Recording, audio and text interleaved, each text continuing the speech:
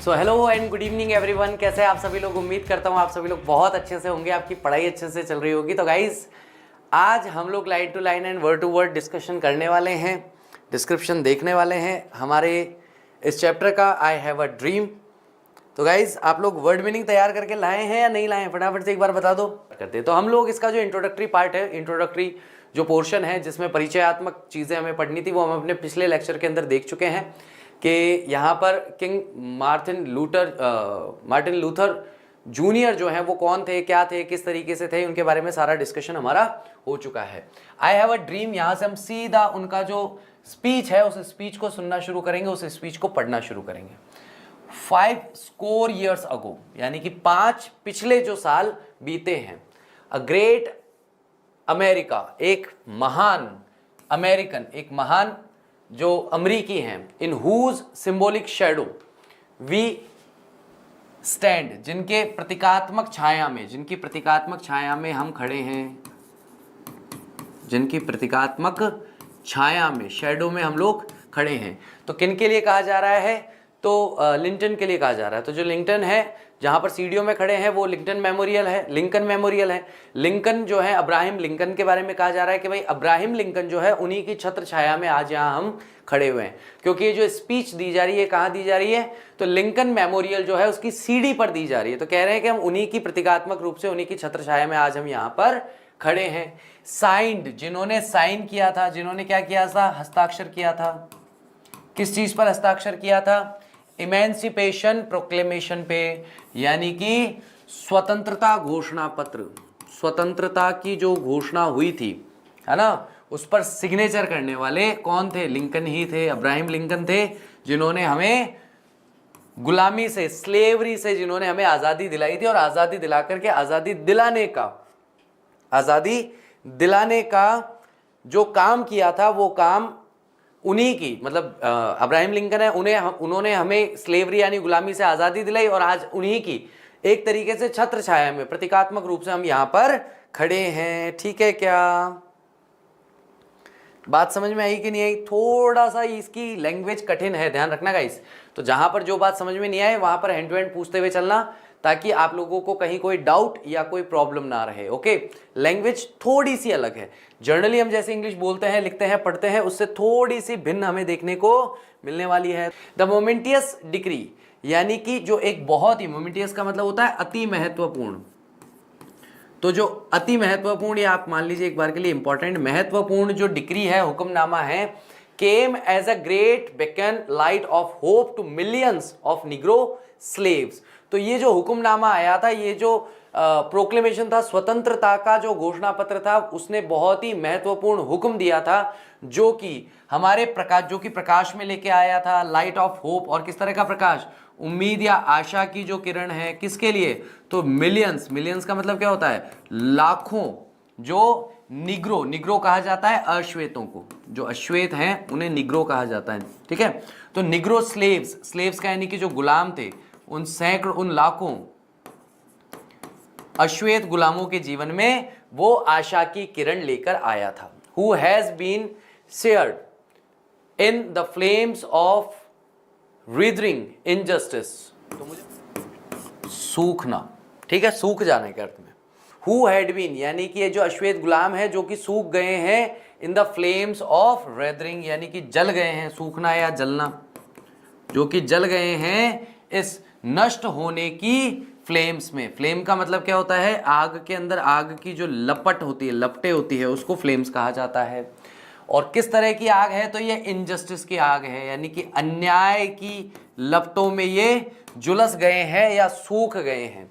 It came as a joyous daybreak, और आज का ये जो समय आया है, ये बहुत ही आनंद देने वाला, जॉयस मतलब जिसमें आनंद हो, डे ब्रेक टू एंड, यानी कि डे ब्रेक यानी कि ऐसा आनंदित दिन जो है वह एंड पर आ गया है, अंत में आ गया है। The long night of captivity, यानी कि जो हमारी लंबी रात चल रही थी कैद की, वो कैद की रात खत्म हो गई है, और अब हम इस आनंद देने वाले दिन पर आ पहुंचे हैं। ठीक है, तो इस पूरे पेज में आप देख रहे हो कितने वर्ड मीनिंग्स है। इसका मतलब सामान्य अंग्रेजी से हटकर यहां पर अंग्रेजी दी गई है।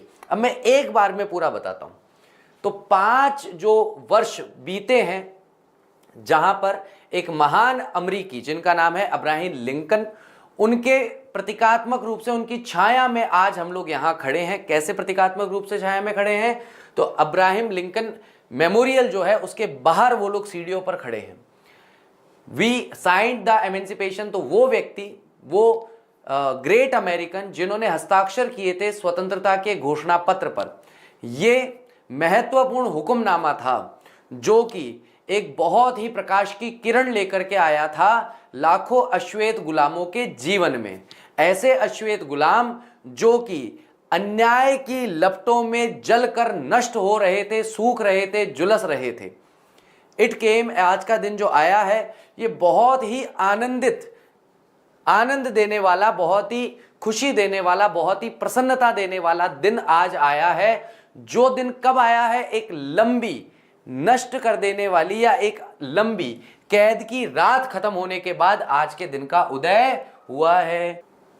चलिए, बट 100 ईयर्स लेटर, लेकिन इस प्रोक्लेमेशन के, यानी कि जो घोषणा हुई थी, इस घोषणा के 100 वर्ष बाद भी, आज उस स्वतंत्रता की घोषणा को कितना समय हो गया है? उस स्वतंत्रता की घोषणा को 100 वर्ष हो गए, लेकिन 100 वर्षों के बाद भी we must face the tragic fact, हमें फेस करना पड़ रहा है। यानी हमें क्या करना पड़ रहा है? हमें सामना करना पड़ रहा है। किस चीज का सामना करना पड़ रहा है? एक बहुत ही ट्रेजिक मतलब दुखद, इस दुखद तथ्य का या सत्य का भी आप कह सकते हो, इस दुखद सत्य का हमें सामना करना पड़ रहा है that the Negro is still not free, कि अश्वेत लोग जो हैं, नीग्रो लोग जो हैं, वो अभी भी स्वतंत्र नहीं हैं, वो अभी भी मुक्त नहीं है। 100 ईयर्स लेटर, 100 साल के बाद, the life of the Negro is still sadly crippled, यानी कि 100 साल बीत जाने पर भी जो अश्वेत लोगों का जीवन है, वो जीवन अभी भी, दुखद बात है कि आज तक भी वो कैसा है? आज तक भी वो पंगु हुआ जीवन है, क्रिपल्ड है, मतलब कि आप कह सकते हो अपाहिज जीवन जो है वो आज भी निग्रो लोग या अश्वेत लोग जी रहे हैं। बाय द मैनिकल्स ऑफ सेग्रेशन कहा जाता है पृथक्करण की बेड़ियां, पृथक्करण की बेड़ियों में आज भी उनका जीवन चल रहा है, यानी कि आज भी वो स्वतंत्र नहीं हुए हैं। आज भी पृथक्करण मतलब अलग करना, यानी कि उनको समाज से अलग कर दिया गया है। श्वेत लोगों ने अलग कर दिया उनको समाज से। उनके लिए शिक्षा की कोई व्यवस्था नहीं, उनके लिए कमाने खाने की कोई व्यवस्था नहीं, उनके लिए जॉब की कोई व्यवस्था नहीं है। तो बहुत सारी चीजें जो है उनके अभाव में वो जी रहे हैं, यानी कि पृथक्करण की या अलग करने की बेड़ियों में उनका जीवन जकड़ा हुआ है। चेन्स का मतलब क्या होता है? बेड़ियां बोलते हैं, बेड़ियां। आपने शायद ये शब्द सुना होगा। चेन्स का मतलब क्या होता है? जंजीर या बेड़ियां ऑफ डिस्क्रिमिनेशन। और किस चीज में वो कैद हैं? भेदभाव की जंजीरों में, भेदभाव की बेड़ियों में वो कैद हैं। राइट और रॉन्ग? 100 साल के बाद भी हमें सामना करना पड़ रहा है इस दुखद सत्य का कि अश्वेत लोग जो हैं आज भी स्वतंत्र नहीं हैं। 100 साल बाद जो जीवन है अश्वेत लोगों का, वो अभी भी, दुखद बात है कि अभी भी वो अपाहिज वाला, पंगु वाला जीवन जी रहे हैं और उनकी स्वतंत्रता जो है उसे बाधित कर दिया गया है। उनको, वो आज भी स्वतंत्र नहीं है। आज भी वो अलग, समाज से अलग की कर दिए जाने की हथकड़ी में बंद हैं या भेदभाव रूपी जंजीरों में जकड़े हुए हैं। 100 ईयर्स, 100 साल बाद, the Negro lives on a lonely island. तो अश्वेत लोगों का जो जीवन है, अश्वेत लोगों के जो जीवन है, एक अश्वेत का जो जीवन है लोनली, यानी कि बिल्कुल वह कैसा है? अकेला पड़ा हुआ है। कहां पर? एक आइलैंड पर, एक द्वीप पर अकेला जीवन वे जी रहे हैं। और वो द्वीप कैसा है? वो द्वीप है गरीबी का, यानी गरीबी के द्वीप में वो अकेले पड़े जीवन जी रहे हैं। In the midst of vast ocean of material prosperity. Midst का मतलब होता है मध्य। किसके मध्य है वो? गरीबी का सागर। तो एक वास्ट ओशन है मटेरियल प्रॉस्पेरिटी का। वास्ट का मतलब है विशाल, और विशाल क्या है? समुद्र। विशाल समुद्र जो है वो क्या है? भौतिक। मटेरियल का मतलब क्या होता है? भौतिक समृद्धि। ठीक है। तो लास्ट लाइन में क्या कहा गया है कि एक छोटा सा आइलैंड है, किस चीज का आइलैंड है, तो एक छोटा सा आइलैंड है गरीबी का, और इस गरीबी के आइलैंड के चारों तरफ क्या है, तो महान या विशाल समुद्र है। समुद्र विशाल या महान समुद्र से वो चारों तरफ से घिरा हुआ है। अच्छा, ये समुद्र किस चीज का है, तो भौतिक समृद्धि का, यानी कि चारों तरफ पैसा ही पैसा है, चारों तरफ उसके समृद्ध लोग हैं, लेकिन एक नीग्रो जो है वो समुद्र के बीचों बीच एक छोटे से टापू पर फंसा हुआ है, गरीबी रूपी टापू में वो अपना जीवन जी रहा है। ऐसा यहां पर मार्टिन लूथर कहना चाह रहे हैं। तो इस वाक्य में वापस क्या बताया गया, एक बार मैं और हिंदी में बता रहा हूं, उसको सुन भी लो, तब तक आप जवाब दे दो। लेकिन 100 सालों के बाद भी हमें सामना करना पड़ रहा है दुखद तथ्य का कि अश्वेत लोग जो हैं वो अभी भी स्वतंत्र नहीं है। 100 साल बाद भी जो अश्वेतों का जीवन है वो अभी भी दुखद, पंगु या आप कह सकते हो कि अपाहिज जैसा जीवन जी रहे हैं, जहां पर वो जकड़े हुए हैं, उन्हें कैद में रखा गया है, अलग समाज से अलग करने रूपी हथकड़ियों में या भेदभाव रूपी जंजीरों में। 100 साल बाद भी नीग्रो का जीवन जो है वो अकेले द्वीप के समान है, और एक गरीबी रूपी द्वीप पर वो अकेला फंसा हुआ है, जबकि वो द्वीप कहां पर है, चारों तरफ से विशाल समुद्र से घिरा हुआ है। जो विशाल समुद्र किसका है, भौतिक समृद्धि का, उसके बीचों बीच वह घिरा हुआ है। यानी कि कुल मिला के अश्वेत लोग जो हैं वो तो दुनिया के जो भी आनंद हैं, पैसों के मजे ले रहे हैं, और उन श्वेत लोगों से ये गरीबी पर रहने वाला व्यक्ति निग्रो जो है वह घिरा हुआ है। बोलो हाँ कि ना। चलिए नेक्स्ट बात कर रहे हैं अगले पैराग्राफ की, मतलब सेम पैराग्राफ में। 100 years later, 100 साल बाद भी द निग्रो अश्वेत जो है still languishing in the corners of American society. तो आज 100 साल बीतने के बाद भी अश्वेत लोग जो हैं अभी भी सड़ रहे हैं। क्या हो रहा है, सड़ना का मतलब सड़ रहे हैं, लैंग्विश हो रहे हैं। कहां, कोनों में, किसके कोने में, किनके कोनों में, तो अमेरिकन सोसाइटी यानी कि अमेरिकन समाज के कोनों में कहीं पड़े सड़ रहे हैं। And finds himself an exile in his own land, और निर्वासन या निर्वासित महसूस कर रहे हैं अपने आप को। कैसा, बाहर निकाला हुआ। निर्वासन या निर्वासित का मतलब होता है जिसे सोसाइटी से बाहर निकाल दिया गया हो, बाहर निकाला हुआ महसूस कर रहे हैं अपनी ओन का मतलब क्या है, अपने स्वयं की भूमि पर, अपनी खुद की भूमि पर, अपने खुद के लैंड पर ऐसा महसूस कर रहे हैं जैसे उन्हें बाहर निकाल दिया गया हो। So we have come here today, तो हम लोग यहां पर आए हैं टू ड्रामेटाइज। ड्रामेटाइज का मतलब क्या है, दिखाने के लिए, प्रकट करने के लिए। क्या दिखाने के लिए या क्या प्रकट करने के लिए, एंड अपॉलिंग कंडीशन, एक भय या डर उत्पन्न कर देने वाली परिस्थिति को दर्शाने के लिए, दिखाने के लिए हम यहां आए हैं कि लोगों को, अमेरिका की जनता को, अमेरिका के लोगों को, अमेरिका की सरकार को हम ये बता सकें कि भैया हम कैसा जीवन जी रहे हैं। अमेरिका अपने आप को सब जगह पर कहता है कि हम बहुत ही समृद्ध लोग हैं, हम बहुत ही अमीर लोग हैं, हम वर्ल्ड पावर हैं, हम ये हैं वो हैं, फलाना ढिमका।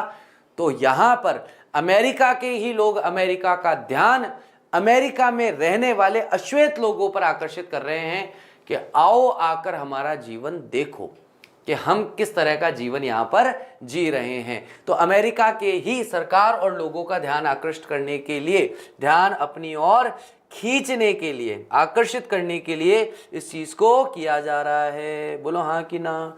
नेक्स्ट है, इट इज ऑब्वियस। ये बहुत ही स्पष्ट है, ये बात आज बहुत ही स्पष्ट है आज के दिन, that America has defaulted on his promissory note. तो डिफॉल्टेड का मतलब है कि कोई व्यक्ति जो डिफॉल्ट हो, कि उसने गलती की है, या डिफॉल्ट के लिए एक हिंदी में क्या प्रॉपर वर्ड कहेंगे, देखो प्रॉमिसरी नोट का मतलब है कि भाई जो उसने वादा किया था उस वादे पर डिफॉल्ट किया है, यानी उस वादे पर वह खरा नहीं उतरा है। मैं बोलचाल की भाषा में लिख रहा हूं बेटा, है ना। तो ये बात आज बिल्कुल स्पष्ट हो गई है, ये बात आज बिल्कुल साफ हो गई है कि अमेरिका ने जो वादा किया था उस वादे पर वो खरा नहीं उतरा है। इनसोफार का मतलब है और बल्कि, as her citizens of colour are concerned, और खास करके हम अगर इस विषय पर बात करें कि उसके जो नागरिक हैं, और ऐसे नागरिक जो हैं जो एक विशेष कलर वाले हैं, यानी कि अश्वेत जो नागरिक हैं, अगर उनके संदर्भ में, अगर उनके विषय में अगर बात की जाए तो भैया हम कह सकते हैं कि अमेरिका अपनी बात पर खरा नहीं उतरा, अपने वादे पर खरा नहीं उतरा। इंस्टेड ऑफ ऑनरिंग, यानी कि इंस्टेड का मतलब होता है के स्थान पर,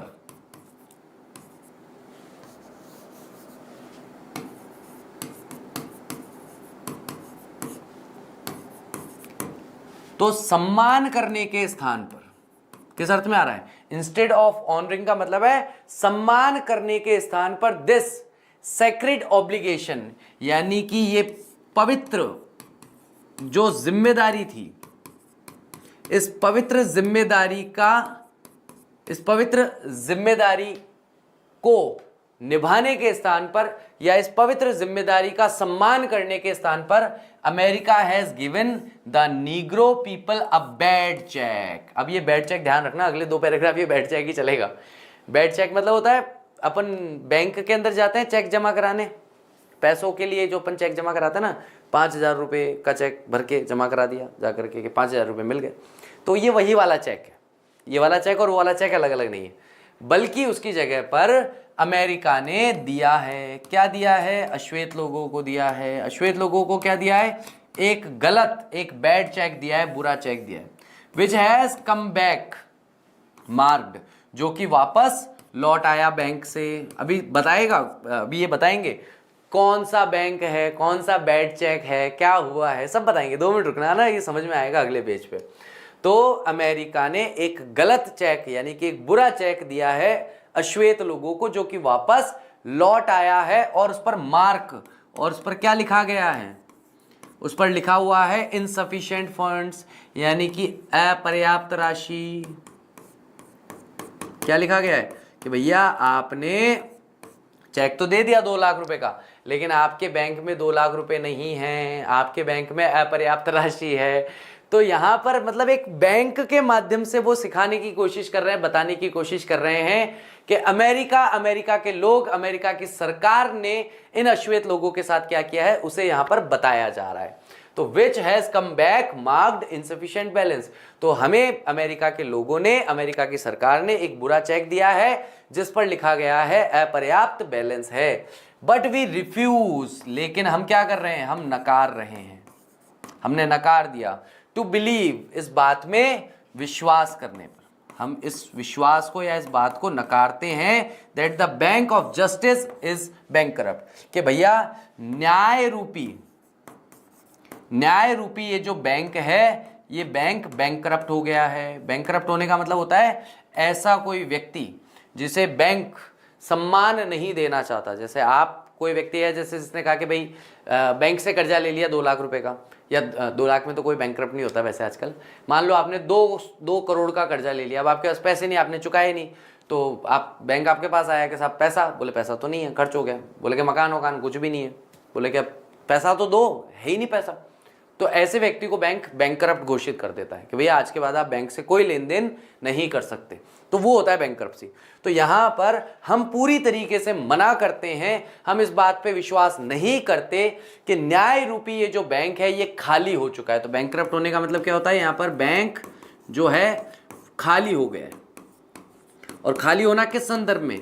न्याय के संदर्भ में खाली हो गया है कि भैया बैंक के पास न्याय ही नहीं है, यानी अमेरिकी जो सरकार है उनके पास न्याय ही नहीं है हमें न्याय देने के लिए। तो यहाँ पर क्या हुआ कि अमेरिका ने एक चेक दिया 100 साल पहले अश्वेत लोगों को कि लो भाई, आज से तुम स्वतंत्र हो, आज से तुम न्यायपूर्ण जीवन जी सकते हो, आज के बाद तुम्हें स्वतंत्रता मिलेगी, समानता मिलेगी, सब कुछ मिलेगा। ये एक चेक दिया। अब इस चेक को क्या कहा?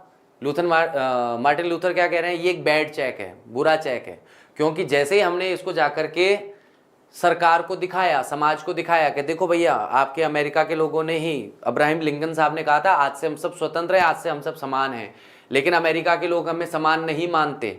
जब हम किसी श्वेत व्यक्ति के पास नौकरी मांगने जाते हैं तो भगा देता है कि जा तू अश्वेत है, तेरे को नौकरी नहीं देंगे।